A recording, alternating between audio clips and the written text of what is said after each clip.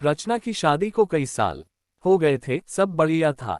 छोटी बहू होते हुए भी वो बड़ी का हर फर्ज निभाती थी, क्योंकि बड़ी बहू तो आते ही अलग हो गई थी। रचना के सास ससुर को हर काम के लिए रचना ही लगती थी, फिर भी वो उसकी बुराई करना नहीं छोड़ते थे।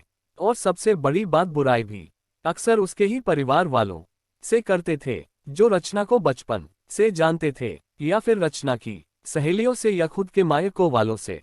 पहली बार जब शादी के बाद रचना की दोस्त आई तो सासू माँ ने उससे ही रचना की बुराई करना शुरू कर दी। जब रचना को पता लगा तो उसने अपने पति नीलेश से कह माँ जी को समझवा दिया था कि कम से कम जो लोग उसे जानते हैं उनसे तो उसकी बुराई कर खुद की जग हंसाई ना करवाए।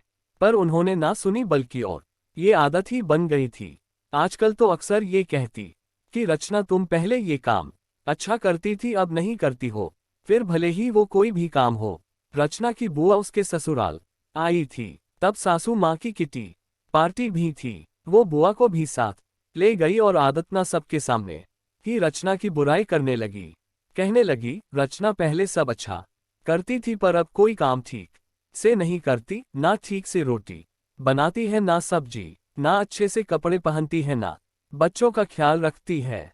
वो और कुछ बोलती इससे पहले ही रचना की बुआ बोल पड़ी, लगता है ससुराल में आकर बिगड़ गई है, क्योंकि हमारे घर की तो वो बड़ी बेटी है और सारा घर और ऑफिस दोनों अच्छे से संभालती थी, और बड़ों से लेकर बच्चों तक सभी का ध्यान भी रखती थी। आपके यहाँ आकर बिगड़ गई है। ऐसा कीजिए, महीने 2 महीने जमाईसा के साथ उसे मायके भेज दीजिए, हम सुधार कर भेज देंगे। अब रचना की सासू माँ का मुंह देखने लायक था, उन्हें बोलने के लिए शब्द नहीं मिल रहे थे, तो बस फिर उठकर चली गई, ये कहकर कि आती हूँ, जरा कोई बुला रहा है। और रचना की बुआ जी बस मुस्कुरा रही थी।